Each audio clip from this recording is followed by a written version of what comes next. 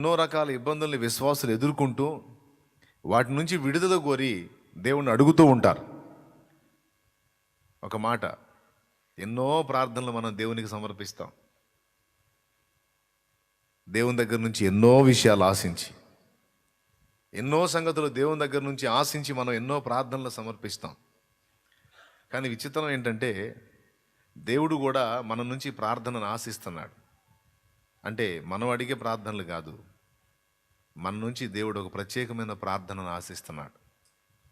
అది హన్నా మనకి సాక్షిగా ఉంది. ఆ పాయింట్లో హన్నాకి వాస్తవంగా పిల్లలు లేరు, సంతానం లేదు. ఆమె సవతి పెనిన్న, ఆమెకి పిల్లలు ఉన్నారు. ఆమె భర్త ఎల్కానా, ఆయన పిల్లలు లేరని హన్నా బాధపడుతుంటే 10 మంది పిల్లల కంటే నేను ఎక్కువ కదా, నన్ను చూసుకొని సంతోషపడని ఏదో చెప్తున్నాడు ఆమె ఓదార్చడానికి. కానీ ఆమె ఓదార్పు పొందట్లా. గొడ్రాలు అనే నెపం తట్టుకోలేకపోతుంది ఆమె. చాలా సంవత్సరాలు షిలోహులోనున్న మందిరానికి వెళ్ళి ప్రార్థన చేసింది. ఈ గొడ్రాల జీవితం నా వల్ల కాదు, నాకు సంతానాన్ని ఇవ్వయ్యా అంటే దేవుడు జవాబు ఇవ్వలేదు. సరే, సంవత్సరం వస్తూ ఉంది. దైవజనుడు ఏలి పెద్దవాడైపోతున్నాడు. ఆ ఏలి కుమారుల స్థితిని గురించి వింటా ఉంది. హన్నాకు ఒకటి అర్థమైంది. ఏమర్థమైంది తెలుసా? ఉన్న దైవజనుడేమో వృద్ధుడవుతున్నాడు, ఆయన సంతానమేమో దైవసేవకుని పిల్లలే కానీ యెహోవాను ఎరుగని దుర్మార్గులైపోయారు. ఇది ఇశ్రాయేలు సర్వ సమాజానికి తెలిసిన సత్యం. మరి ఈ తరుణంలో వృద్ధుడవుతున్నటువంటి ఈ దైవజనుడు కాస్త అస్తమిస్తే, మరి ఇక్కడ దేవుని సన్నిధిలో దీపం వెలిగించేవాడెవడు? ఇశ్రాయేలుకు న్యాయము తీర్చేవాడెవడు? ఇప్పటిదాకా నేను గొడ్రాల్ని అనే నెపం తొలగించుకోవడానికి సంతానం అడిగా. అది నా అవసరత. అందరూ ఒకసారి స్తోత్రం చెప్పండి, గట్టిగా చెప్పండి, ఇంకోసారి చెప్పండి. అది నా అవసరత. ఇప్పుడు నేను దేవుని పరిచర్య కొరకైన అవసరతను గుర్తించాను. దేని కొరకైన అవసరత? దేవుని పరిచర్య కొరకైన అవసరతను నేను గుర్తించాను. కాబట్టి ఇప్పుడు ఖచ్చితంగా నాకు దేవుడు సంతానం ఇవ్వాలి. ఎందుకోసం అంటే నేను గొడ్రాలిని అనే నెపం తొలగించుకోవటానికి కాదు, ఆయన సముఖంలో ఈ ఏలి అనే దైవజనుడు వృద్ధుడైపోతున్నాడు కనుక ఆయన తరువాత ఆయన సముఖంలో దీపము వెలిగించడానికి, ఇశ్రాయేలు జనాంగానికి న్యాయాధిపతి అయి ఒక దీపముగా నిలవటానికి, జీవము గల దేవుని వైపు నుండి వీరు తొలగిపోకుండా వారిని దేవునిలో స్థిరపరిచి నిలపటానికి, వారికి దీపమై త్రోవ చూపటానికి ఒకటి అవసరం, ఒక బిడ్డ అవసరం. అందుకడిగింది అన్నిసార్లు అడగని మాట, నీవు నాకు ఒక మగ పిల్లను దయచేయమన్నది. ఏ ఉద్దేశంతో అడిగిందో ఆ ఉద్దేశం అక్షరాల నెరవేరింది. హన్నా మొదటి సంతానాన్ని కోరిన కోరిక ఏమిటో తెలుసా? దేవుని సేవకుడు లోకాన్ని విడిస్తే లేదా వృద్ధుడై శక్తిహీనుడై చేయలేకపోతే దేవుని సన్నిధిలో దేవుని పక్షంగా యథార్థంగా నిలిచే నీతిపరుడు ఒక్కడు కూడా కనపట్టలేదు ఇక్కడ. కనుక దేవా, ఆయన పూర్తిగా వృద్ధాప్యంలోకి రాకమునిపే నీవు నాకు ఒక మగపిల్లనిచ్చినట్లయితే వాడిని పాలు విడిచేంత వరకు నా దగ్గర ఉంచుతాను. పాలు విడవగానే ఆ పసికందునే తెచ్చి నీ సన్నిధిలో వదిలిపెడతాను. పసిప్రాయం నుంచి వాడు నీ సన్నిధిలో ఎదగాలి. ఎందుకంటే వాడు ప్రజలందరికీ నీ నీ నీ వాక్కును ప్రకటించే ప్రవక్త కావాలి. ఇశ్రాయేలు సర్వ సమాజానికి న్యాయము తీర్చేవాడు కావాలి, త్రోవ చూపేవాడు కావాలి. దేవా, ఇది నీ అవసరత కోసం అడుగుతున్నా. ఇప్పటిదాకా నా అవసరం కోసం, నా సవతి పోరును తట్టుకోలేక, అవమానాలు భరించలేక, గొడ్రాలు అనే నెపం తొలగించుకోవటానికి, సంతానవతి అయిన నా సవతి ఎవరు? నా భర్తకు మరి ఒక భార్యగా ఉన్న ఆమె ఏడ్పించే ఆ వేదనను ప్రతిఘటించడానికి, నాకు కూడా బిడ్డ ఉన్నాడని చూపించడానికి, బిడ్డ ఉందని చూపించడానికి అడిగా. ఇప్పుడు అట్లా కాదు. సవతి లేదు, ఇంకేం లేదు, నాకు గొడ్రాల నెపం కూడా అవసరం లేదు. నీకు ప్రవక్తగా ఉండున్నట్లు ఒక బిడ్డను నాకు ఇవ్వు, నేను నీకు అప్పచెప్తాను. ఏం ఆశించి సమూయేలును కన్నదో హన్నా, సమూయేలు అంతే అయ్యాడు. తర్వాత మిగిలిన వాళ్ళు మామూలుగానే ఉన్నారు చూడండి. హన్నాకు సమూయేలు తర్వాత ఇంకా పిల్లలు పుట్టారు, కానీ వాళ్ళెవరు ప్రవక్తలు కాలేదు, వాళ్ళెవరు ఇశ్రాయేలుకు న్యాయాధిపతులు కాలేదు. అవునా? ఎందుకని కాలేదు? సమూయేలు మాత్రమే ఎందుకు అయ్యాడు? అక్కడే ఉంది. మొదటి సంతాన విషయంలోనే హన్నా ఆ కోరిక కోరింది. ఆ కోరిక దేవుడు తీర్చి, దేవుని కొరకు ఆమె చేయాలని ఆశ కలిగి అడిగింది కనుక, అందులో ప్రజాక్షేమం ఉంది కనుక, తన ఒప్పుదలలో మంచి సమర్పణ, దేవుని కొరకైన ఆసక్తి, న్యాయం ఉంది కనుక దేవుడు ఆమెన్ అన్నాడు. సమూయేలు పుట్టాడు. పాలు విడిచిన దాకా పెంచింది. తన కొరకు పెంచాల, దేవుని కొరకు పెంచింది. దేవుడే నీ తల్లి, దేవుడే నీ తండ్రి, నేను జస్ట్ సర్వెంట్, నీకంతే. ఫలానా టైంకి నువ్వు అక్కడికి వెళ్ళిపోవాలి, ఎందుకంటే మీ నాన్న, మీ అమ్మ, మీ సమస్తం అక్కడే ఉన్నారు. నువ్వు ఆయన వాడివి, నువ్వు ఆయనకు చెందిన వాడివి, ఆయనే నిన్ను నాకు ఇచ్చింది. నాయనా సమూయేలు, నువ్వు ఆయన సొత్తురా, నువ్వు ఆయన సన్నిధిలోనే ఉండాలి, అదే నీ ఇల్లు అని ఉగ్గుపాలతో నేర్పి పాలు విడవగానే తెచ్చి దేవుని సన్నిధికి ఇచ్చేసింది. ఏమవ్వాలని ఇచ్చింది? ఏం ఆశించి అడిగి పొందుకుందో అది జరగాలనే ఇచ్చింది. దేవునికి మహిమ. ఇద్దరు రాజులను తను అభిషేకించి రాజులను శాసించే ప్రవక్త అయినాడు. ఇంకా చెప్పాలంటే ఈ రాజులు, సౌలు అనే మొదటి రాజు, దావీదు అనే రెండవ రాజు, ఈ ఇద్దరు రాజులు రాకముందు ఇశ్రాయేలుకు న్యాయాధిపతి రూపంలో ఉన్న రాజు ఎవరో తెలుసా? ప్రవక్త మరియు రాజు సమూయేలే. అయితే న్యాయాధిపతిగా పిలువబడ్డాడు, తీర్పు తీర్చేవాడు సమూయేలే. రాజు చేసే పనులన్నింటిలో ముఖ్యమైనది తీర్పు తీర్చుట, న్యాయ విచారణ జరుపుట. అది శామ్యూయేలు చేశాడు. దేవునికి మహిమ కలుగునుగా. ఇప్పుడు ఏమి అడిగి, ఏ విధంగా అడిగి వెంటనే ఆన్సర్ పొందింది హన్నా? ఎవరి అవసరాన్ని బట్టి అడిగి పొందింది? పెద్దగా చెప్పండి ప్లీజ్. తన అవసరతను బట్టా, దేవుని అవసరతను బట్టా? మనం చేసే ప్రార్థనలన్నీ కూడా దేవుని వైపు నుండి మన వైపుకు రావాలి, మన వైపు నుండి దేవుని వైపుకి వెళ్ళకూడదు. అంటే అర్థమైందా? ఏమర్థమైంది? మనం చేసే ప్రార్థనలన్నీ దేవుని వైపు నుండి మన వైపుకు రావాలి, మన వైపు నుండి దేవుని వైపుకి వెళ్ళకూడదు. అంటే అర్థం ఏంటంటే, అసలు ముందు దేవుడు ఏం ఆశిస్తున్నాడో దాన్ని గుర్తుపట్టాలి, దేవుడు దేన్ని ఎదురు చూస్తున్నాడో దాన్ని గుర్తుపట్టాలి, దేవుడు మన నుండి ఏ అంశాలను గూర్చిన ప్రార్థన రావాలని ఆశిస్తున్నాడో దాన్ని గుర్తుపట్టి మనం ప్రార్థించాలి, ప్రయాసపడాలి, పరిచర్య చేయాలి. మన నుండి దేవుడు ఆశించినవి వినండి. చాలా కాలం తర్వాత ఒక సమూయేలుని ఇచ్చాడు దేవుడు. ఆ ఇచ్చిన సమూయేలుని మాట ప్రకారం తెచ్చి ప్రవక్తకు దేవుని సన్నిధికి అప్పచెప్పేసింది పరిచారకుడిగా. అందుకు ప్రతిగా అనేక మంది కొడుకుల్ని, కూతుళ్ళని కూడా ఇచ్చాడు హన్నాకి దేవుడు. నా సన్నిధిని అవసరత గుర్తించి నా కొరకు ఆలోచించావు గనుక, నా సన్నిధిని దీపం వెలిగించుట కొరకు, ఇశ్రాయేలుకు దీపమై ఉండుటకు, నీకు లేక పుట్టినటువంటి ఆ సంతానాన్ని, మాతృవాత్సల్యాన్ని కూడా పక్కన పెట్టేసి నా కొరకు అలాగ ధారాదత్తంగా అప్పచెప్పావు కనుక హన్నా, ఇదిగో సమూయేలుకు ప్రతిగా ఇంతమంది పిల్లల్ని ఇస్తున్నపో, పిల్లల ఆనందం పొందిపో తల్లి అని ఇచ్చాడు.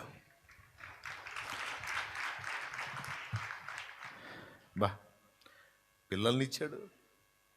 అటుపక్క సంతానం యొక్క ఆనందం పొందింది, ఇటుపక్క ఒక కొడుకు అయితే ఇశ్రాయేలు మొత్తానికి తీర్పు తీర్చే న్యాయాధిపతి అయ్యాడు. ఎవరు కొడుకు? దేవుని సన్నిధిలో ఉన్న అందరికీ రాజు వల్ల న్యాయం తీర్చే న్యాయాధిపతి అయినా అబ్బాయి ఎవరు కొడుకు? కన్నా ప్రేమను ఇమ్మని సోదరి హన్న విన్నవించగ దేవుని దేవునికి నచ్చే, దేవునికి ఇంపైన ప్రార్థన చేయటానికి మనం జాగ్రత్త పడాలి. దేవుడు ఆశించినది నెరవేర్చడానికి మనం ఆరాటపడాలి. మనం ఎక్కువగా ఆలోచించాల్సింది, ఎక్కువగా చింతపడాల్సింది, ఎక్కువగా దుఃఖపడాల్సింది, ఎక్కువగా ప్రయాసపడాల్సింది దేవుని కొరకు చేయటానికి. చెప్పండి, అందరూ చెప్పండి, ఎవరి కొరకు చేయటానికి? మన కొరకు ఆశించి మన కొరకు చేసుకోవడానికి కాదు. కానీ రివర్స్, మన కోసం ఎక్కువ ఏడుస్తాం, దేవుని కోసం తక్కువ ఆలోచిస్తాం. కానీ పూర్తిగా భిన్నమైన మాట దేవుని వాక్యంలోంచి మనకు దొరుకుతుంది. ఏంటంటే, దేవుని నీతిని, రాజ్యమును మొదట వెతకాలి.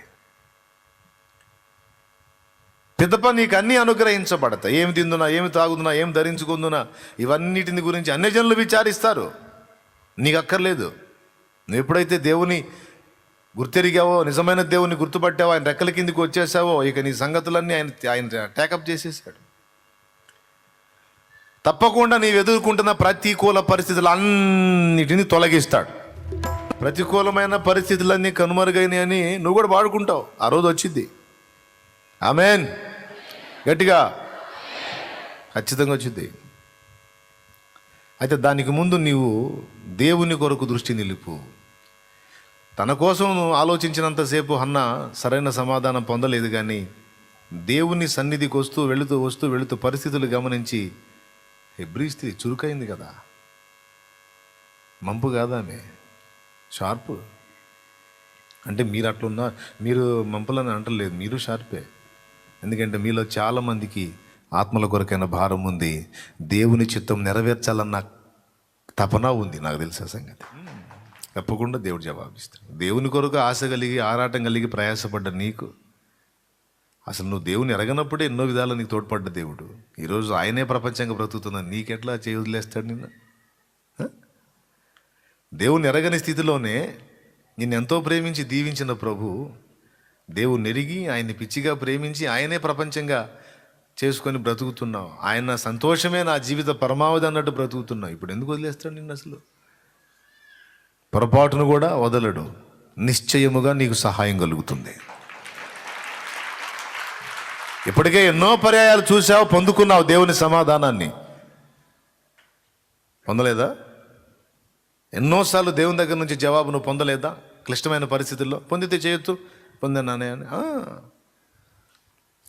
ఇంతకాలము కాచినవాడు ఇక నిన్ను మరచేనా, ఇంతవరకు నడిపించినవాడు ఇప్పుడు వీడేనా. అప్పుడెప్పుడో లోకానుసారి అయినప్పుడే నిన్ను ప్రేమించి మేలు చేసిన ప్రభువు ఆయన చిత్తానుసారి అయిన నేడు నిన్ను వదులుతాడా? చెప్పండి, వదులుతాడా? వదలడన్నా, నన్ను వదలడన్నాడు. విశ్వాసం ఉన్న వాళ్ళు చేతులు ఎత్తండి. పొరపాటును కూడా వదలడు. నిన్ను గూర్చి ఆయన చింతించుచున్నాడని రాయించాడు పేతురు రాసిన పత్రికలో. మీ చింత యావత్తు ఆయన మీద వేయండి అని రాయించాడు. నా మీద ఆనుకోండి అని రాయించాడు.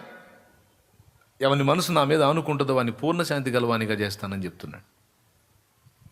నా మీద భారం వేయి, నా మీద ఆనుకో. నిన్ను గురించి నేను చింత కలిగి ఉన్నాను, నిన్ను గురించి నేను ఆలోచిస్తున్నానని స్పష్టంగా దేవుడు చెప్పాడు. ఆయన మనకి పుట్టెడు డౌటు, అనుమానం, ఏమోనండి అని. ఏం లేదు. సాతాను పెట్టే భ్రమకు భయపడవాకు, వాడు చూపించే ఇబ్బందికర పరిస్థితులకు కృంగిపోవాకు. దేవుడు నీ పక్షాన ఉన్నాడు. హల్లెలూయా, హల్లెలూయా. నా జ్యేష్ఠ భాగస్వామి నీతోనే నాతి చరామి, ఎవరేమన్నానేమి నీ మాటే నాకిల హామీ, నీ కృప చాలు యేసు స్వామి. నా జ్యేష్ఠ భాగస్వామి నీతోనే నాతి చరామి, ఎవరేమన్నానేమి నీ మాటే నాకిల హామీ, నీ కృప చాలు యేసు స్వామి, కృప చాలు యేసు స్వామి, నీ మాటే నాకిల హామీ. నీ కృప చాలు యేసు స్వామి, నీ మాటే నాకిల హామీ, నా జ్యేష్ఠ భాగస్వామి నీతోనే నాతి చరామి ఎవరేమన్నా నేమి నీ మాటే నాకిలామి నీ కృప చాలు యేసు స్వామి కరువులెన్నైనా రాని కష్టమేదైనా కానీ నా కాపరివై నీవు ఉండగా నాకు కలుగదులేమి కరువులెన్నైనా రాని కష్టమేదైనా కానీ నా కాపరివై నీవు ఉండగా నాకు కలుగదులేమి కృప చాలు యేసు స్వామి నీ మాటే నాకిలా హామీ నీ కృప చాలు యేసు స్వామి నీ మాటే నాకిలా హామీ నా జ్యేష్ఠ భాగస్వామి నీతోనే నాతి చరామి ఎవరేమన్నా ఏమి నీ మాటే నాకిలా హామీ నీ కృప చాలు యేసు స్వామి కలతలెన్నైనా కానీ ఖడ్గమే ఎదురు రాని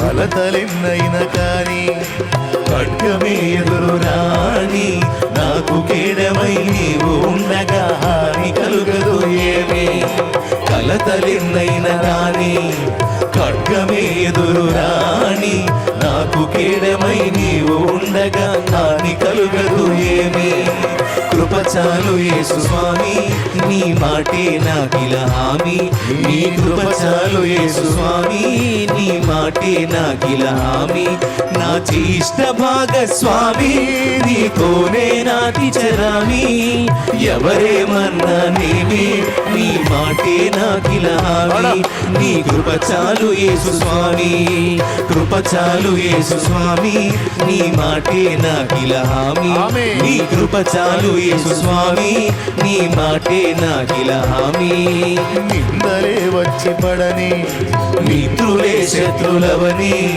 నన్ను వీడని ఆత్మదేవుడా నాకు చాలు నీ చేరి నిందలే వచ్చి పడని మిత్రులే శత్రులవని నన్ను వీడని ఆత్మదేవుడా నాకు చాలు నీ చెలిమి కృప చాలు యేసు స్వామి నీ మాటే నాకిలా హామీ నీ కృప చాలు యేసు స్వామి నీ మాటే నాకిలా హామీ నా జ్యేష్ఠ భాగస్వామి నీతోనే నాతి చరామి ఎవరేమన్నా నేమే నీ మాటే నాకిలా హామీ నీ కృప చాలు యేసు స్వామి నీ మాటే నాకిలా హామీ నీ కృప చాలు యేసు స్వామి ఆమేన్ కృప చాలు యేసు స్వామి నీ మాటే నాకిలా హామీ నీ కృప చాలు యేసు స్వామి నీ మాటే నాకిలా హామీ ఆమేన్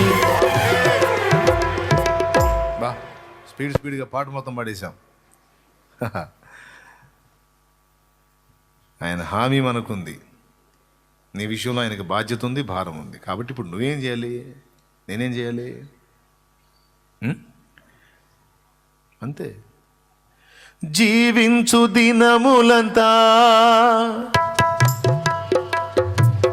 అది తెలుసులే, వాళ్ళు ఎందుకు పాడరు? పిలిచావు నీ సేవకై, పిలిచావు నీ సేవకై, దానిని మరచెదనా, దానిని మరచెదనా యజమానుడా.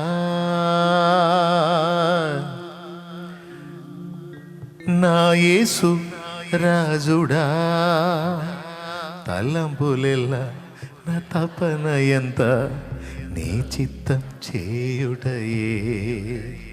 నా తలంపులెల్లా నా తపన ఎంత నీ చిత్తం చేయుటయే. యజమానుడా, యజమానుడా, నా యేసు రాజుడా.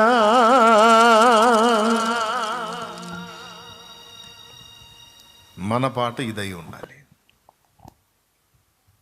హన్నా అలా స్పందించినందుకు, దేవుడికి ఇష్టమైన ప్రార్థన తన నుండి వచ్చినందుకు వెంటనే జవాబు వచ్చింది. ఈరోజు మనందరి ఆశ, ఆలోచన వ్యక్తిగత సువార్తను వ్యాపింపజేయటం, దేవుని ఎరగని అన్య జనాంగానికి దేవుని ప్రేమను కనపరచటం, వారి ఎదుట మంచి సాక్ష్యమును పరిమళింపజేయటం. మీ సత్క్రియలు చూచి మనుషులు పరలోకమందున నా తండ్రిని మహిమపరచున్నట్లు వారి ఎదుట మీ వెలుగు ప్రకాశింపనీయుడి. మన సత్ప్రవర్తన చూచి మనుషులు, సత్క్రియలు చూచి మనుషులు పరలోకమందున తండ్రిని మహిమపరిచినట్లు వారి ఎదుట మీ వెలుగు ప్రకాశింపనీయండి అన్నాడు. ప్రార్థించండి, సువార్త చెప్పండి అని అంతటితో ఆగల, వారి ఎదుట మీ వెలుగు ప్రకాశింపజేయండి అన్నాడు. వెలుగు ప్రకాశించడం ఏంటంటే ఒళ్ళంతా లైట్లు కట్టుకొని తిరగటమా? కాదు. సత్క్రియలు లోకానికి కనపరచండి. లోకం చేసినట్టుగా మీరు చేయొద్దు, లోకం జీవిస్తున్నట్టు మీరు జీవించొద్దు. ప్రత్యేకింపబడిన జీవితాన్ని చూపించండి, వారు ఆలోచించేటట్టు చేయండి. లోకం తమను ప్రేమించే వారిని ప్రేమిస్తుంది, మీరైతే లోకానికి వేరుగా ప్రత్యేకింపబడిన వారే మీ శత్రువులను కూడా ప్రేమించండి. యేసయ్య చెప్పిన మాట. లోకం అన్నీ బాగుంటే సంతోషపడుతుంది, మీరైతే శ్రమల్లో కూడా సంతోషపడండి, అది ఆత్మఫలం. లోకం బలవంతులై ఉంటే దాడి చేస్తుంది, బలహీనులైతే అవతల వాడి దాడికి లోబడుతుంది. అదే బలవంతులై ఉంటే ఖచ్చితంగా దాడి చేస్తారు, వారు బలహీనులై ఉంటే బలవంతులకు లోబడతారు.